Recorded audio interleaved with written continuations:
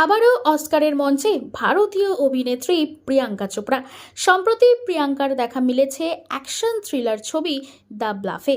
আগামীতেও বেশ কিছু ছবিতে দেখা মিলবে এই বলি তারকার। আর এই সবের মাঝেই ৯৮তম একাডেমি অ্যাওয়ার্ডসের উপস্থাপকদের নাম ঘোষণা করা হয়েছে এবং সে তালিকায় হলিউড তারকাদের পাশেই জ্বলজ্বল করছে দেশি গার্ল অর্থাৎ প্রিয়াঙ্কা চোপড়ার নাম। প্রিয়াঙ্কা নিজেই ইনস্টাগ্রামে অনুরাগীদের সাথে এই খবর ভাগ করে নিয়েছেন। এর আগেও অস্কারের মঞ্চে দেখা মিলেছে দীপিকা পাডুকোনের। এছাড়াও ২০১৬তে অস্কারের মঞ্চে উপস্থাপকের দায়িত্বে ছিলেন প্রিয়াঙ্কা চোপড়া।